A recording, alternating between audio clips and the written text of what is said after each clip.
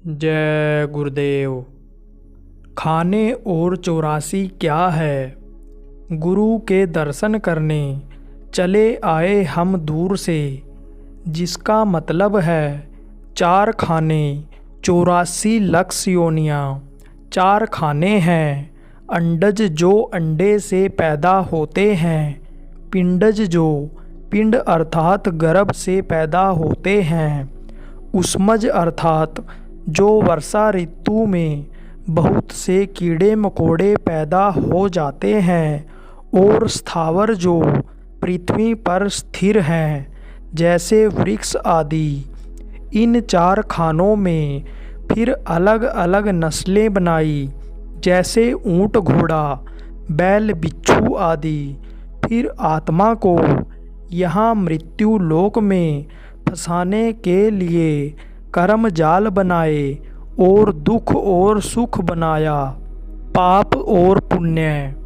लोग अक्सर यह समझने में गलती करते हैं कि पाप और पुण्य क्या है।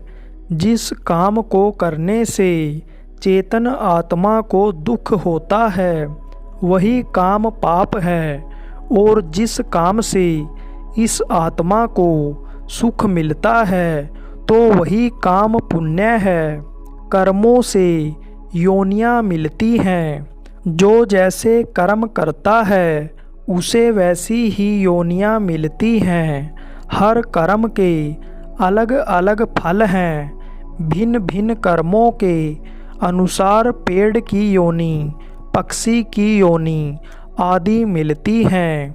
जो कर्मानुसार भटकते हैं, किसी को मार दिया, गाली दिया, गला काट दिया, ये भारी कर्म हैं। मनुष्य जन्म बड़े भागों से मिला है। अनेक कष्ट भोगते हुए, अनेक योनियों में भटकते हुए, बड़ी तकलीफ उठाकर तब बड़े भागों से यह मनुष्य शरीर मिला है। यह हमें अनेक जन्मों के पुण्य से, महापुरुषों की अपार दया से प्राप्त हुआ है। यह पहले ऐसा कभी मौका मिला नहीं था।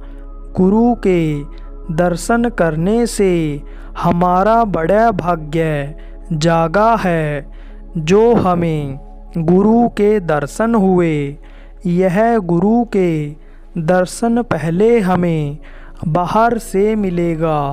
बाहर से दर्शन मिलने पर उनका सत्संग मिलेगा। वे जब खुश हों और प्रसन्न हों तो अपनी मौज से वे रास्ता देंगे। जब गुरु प्रसन्न होते हैं तभी परमात्मा भी प्रसन्न होते हैं।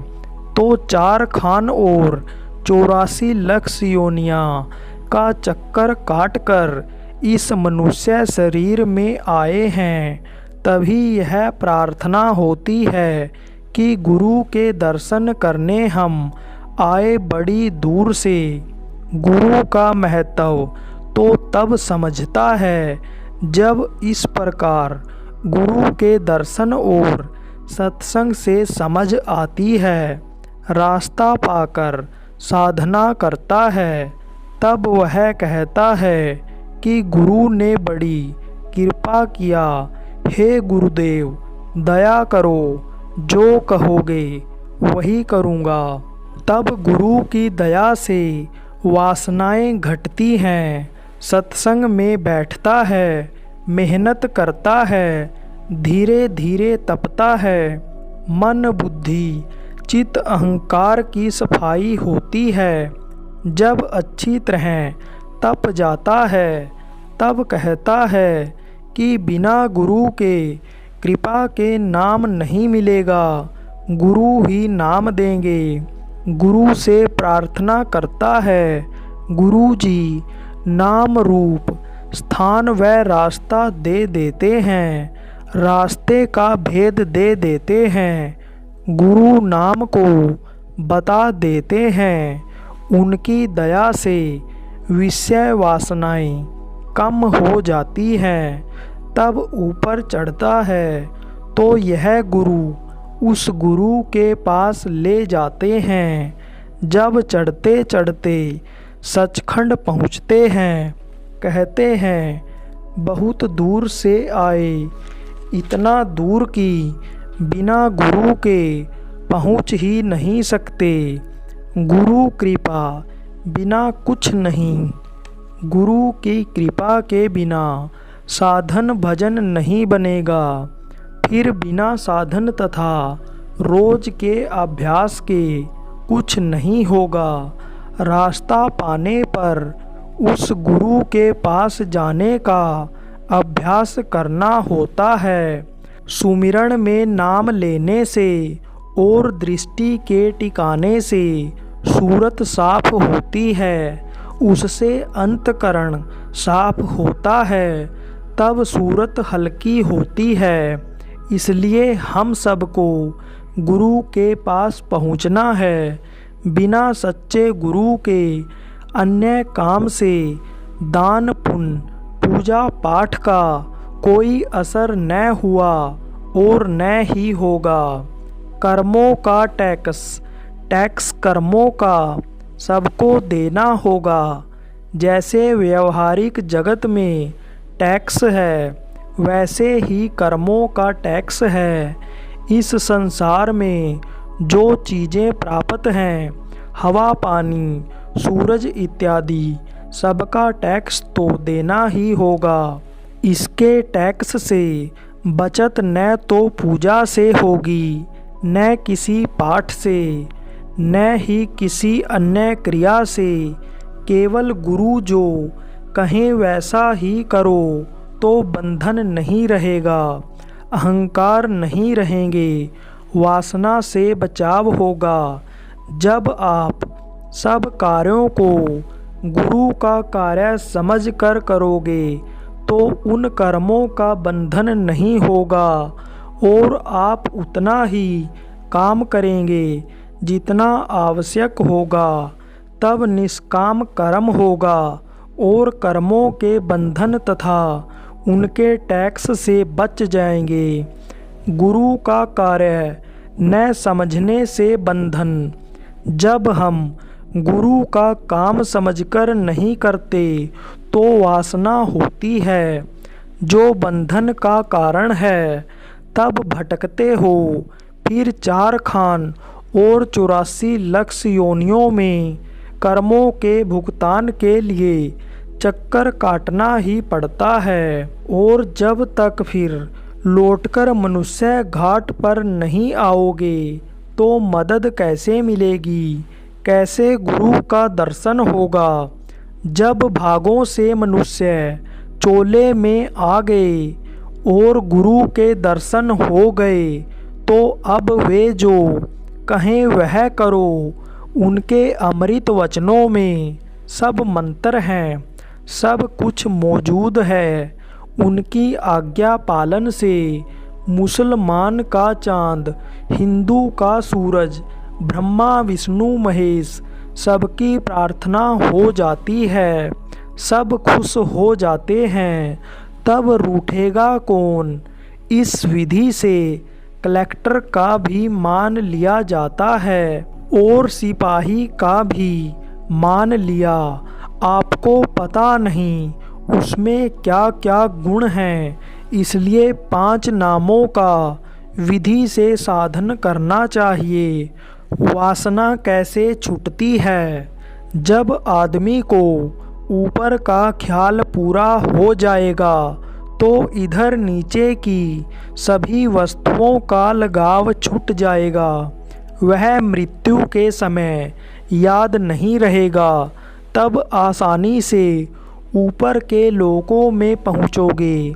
यह सब कुछ तब होगा जब साधना सुमिरन और ध्यान ठीक से करोगे। उस दिन को याद करो, मगर फंसोगे तो बड़ी दिक्कत होगी। हम हमेशा समझाते हैं कि उस दिन को याद करो, उस दिन के लिए तैयारी तो कर लो। अगर यहाँ फंसे रहोगे तो अंत समय में वासनाओं में फंसे ही रह जाओगे। तब जल्दी से सिमट न पाओगे। एक बिस्तर फैला है, उसको और फैला दिया तो चलते समय कैसे सुविधा होगी। उसे पहले ही से समेट कर रखो ताकि जब जाना हो तो उठाकर चल दो। मान लो ढानी में उस स्थान का नाम जहाँ सत्संग हो रहा था, किसी का समय पूरा हो गया तो तुम जाने के पहले तैयारी कर लो। जब कहे तो चल दो, मगर वक्त आ गया और तुम बिस्तर फैलाए बैठे हो तो सिमटने में बड़ी मुश्किल होगी। लड़ाई झगड़े से ममता, लोभ इत्यादि पैदा होते हैं, इसलिए पहले ही से सब समेट कर रखो जिससे अंत समय में कोई तकलीफ न हो। महात्मा का सत्संग। महात्माओं का सत्संग तो बहुत ऊंचा है, उसका मतलब भी बहुत ऊंचा है। उनके सत्संग की तुलना में संसार में कोई भी वस्तु उतनी कीमती नहीं है।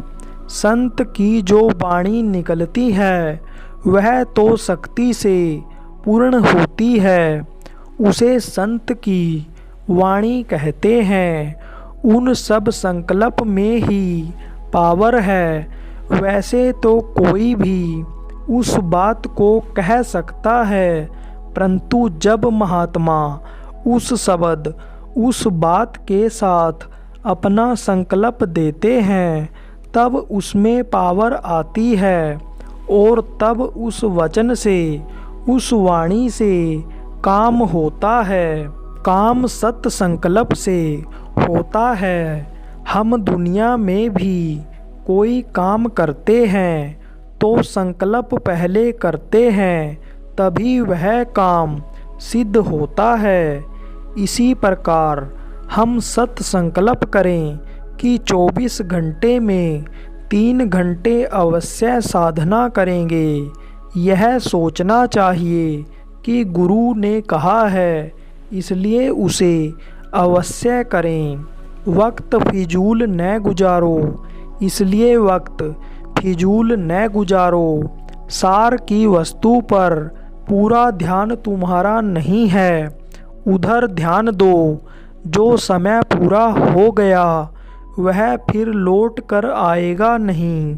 अगर अपना समय यूं ही खो दिया तो बीता समय फिर आएगा नहीं।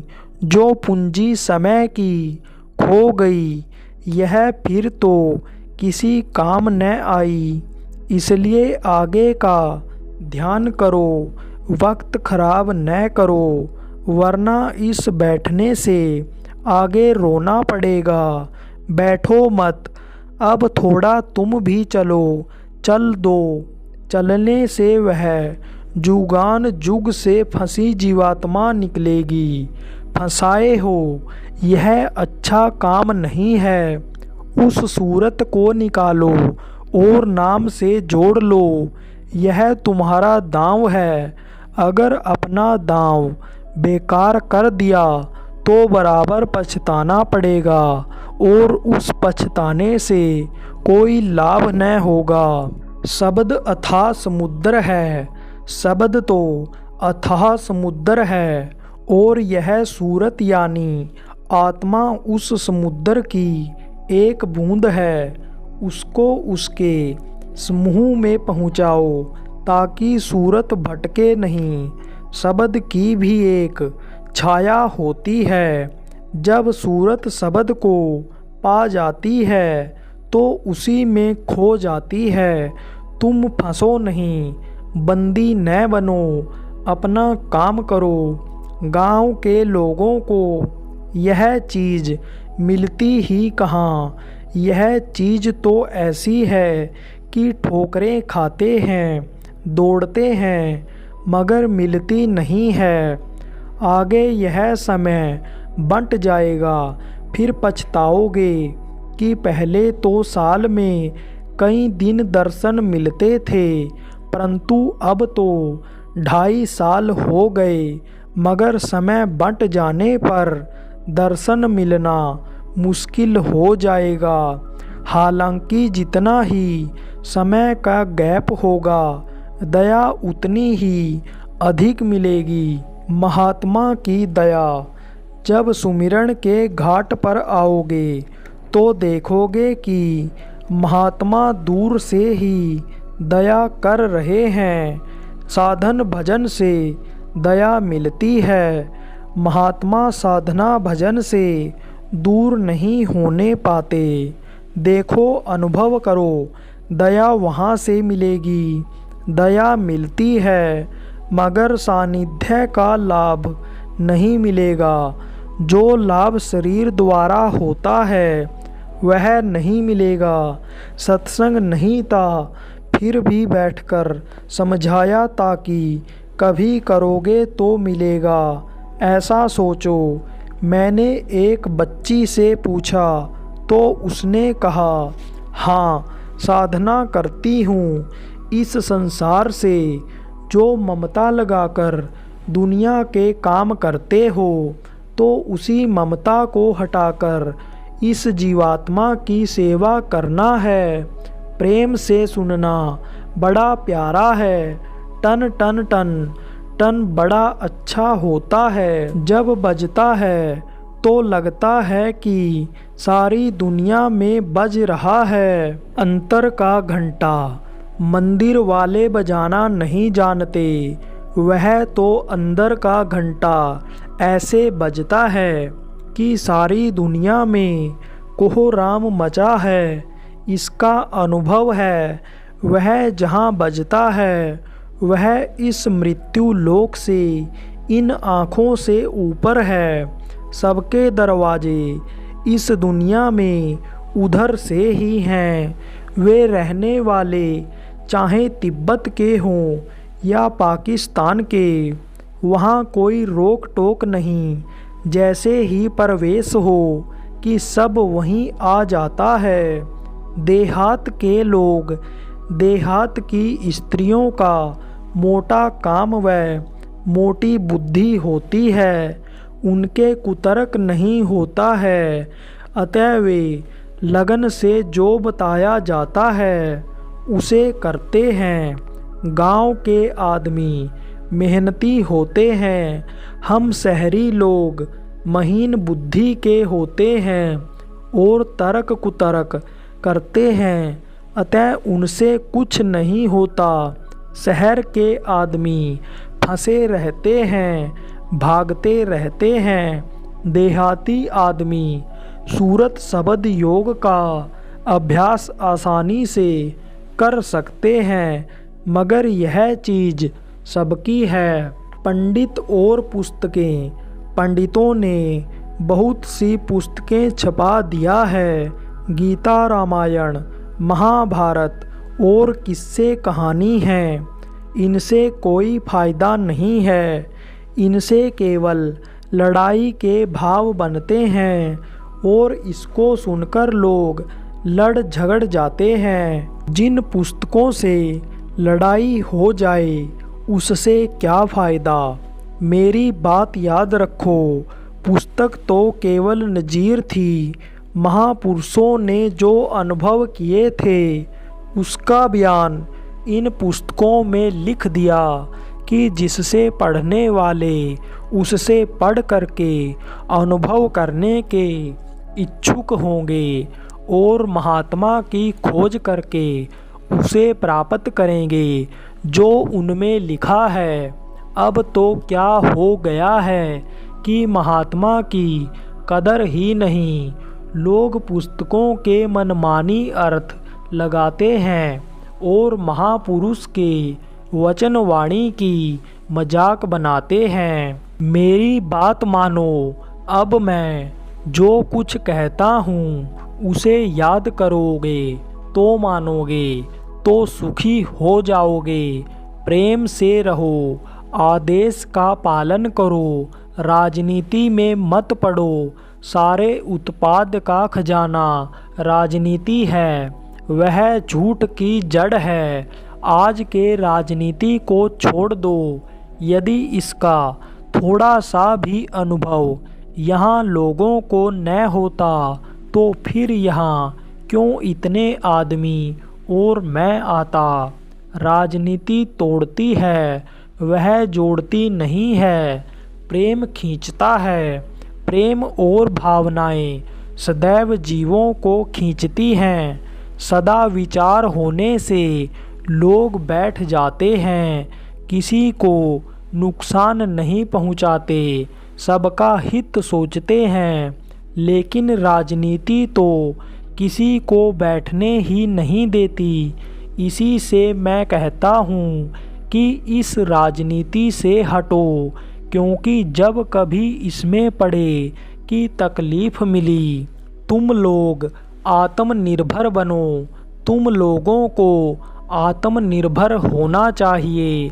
अपना अन्न ठीक पैदा करने के लिए अपने खेतों में कुआं खुदवाओ, अन्न पैदा करो और वहीं जब समय मिले तो बैठ जाओ और अपना साधना कर लो।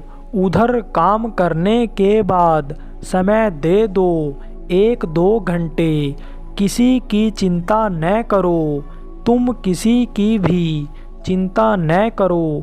अपनी आत्मा के कल्याण की चिंता सर्वोपरि है। कोई आदमी जहन्नुम में जाए, तुम्हें उसकी फिक्र नहीं होनी चाहिए। तुमसे क्या मतलब? ऐसे दुनिया वाले तो अपने व्यवहार से, स्वभाव से, कर्म से प्रेम छीन लेंगे, लड़ाई करा देंगे, ईर्ष्या द्वेष मन में हो जाएगा। तब आदमी उसी में जलता और कुढ़ता रहेगा। महात्मा का साथ पकड़ो। इसलिए तुम्हें चाहिए कि ऐसे का साथ पकड़ो जो जिंदा में भी साथ देता है और मरने के बाद भी। वह ऐसा पुरुष है सतगुरु। वह हमें रास्ता भी देता है, नाम भी देता है और हमारी हर प्रकार से भलाई करता है। लोग अब आ रहे हैं। अब तो लोग फायदा उठाने की हालत में आ रहे हैं। लोगों के ऊपर अब थोड़ा असर हो रहा है। अब लोग यह मानने को तैयार हैं कि यह बात सही है। जो वासनाओं में लिप्त है वे अब डरेंगे। वे अब समूह को जब देखेंगे तो डर कर इधर आएंगे। प्रेमी लोगों से लाभ लोग महात्माओं का गुण लेते हैं। प्रेमी लोगों से लाभ लोग महात्माओं का गुण लेते हैं, क्योंकि महात्माओं के पास जब पहुंच जाते हैं तब लाभ लेते हैं, मगर प्रेमियों के द्वारा उन्हें पहले लाभ होता है। प्रेमियों के चाल व्यवहार तथा बातचीत और संपर्क से जब वे समझ लेते हैं तब वे महात्मा के पास आते हैं। प्रेमी पहले ठीक हो। आदमी को ठीक करना महात्मा का काम है। आदमी को बराबर विचार करना चाहिए। तुम्हें अपना विचार व्यवहार बहुत ही ठीक रखना चाहिए। जो उपकार करें, जो बड़ा यादगार हो, उसको देखो, उसका ज़्यादा ध्यान रखो। जो तुम्हारे लिए तकलीफ़ उठाए, उसका ध्यान पहले रखो। कहीं आसक्त न हो। यह जो सामान है, हम भी यह सामान यहीं छोड़ देंगे। उन सामानों से काम ले रहे हैं। यह काम मैं आपका कर रहा हूँ। यदि कोई सेठ आएगा तो मैं तो कहूँगा कि मैं भी छोड़ रहा हूँ और आप भी छोड़ दो।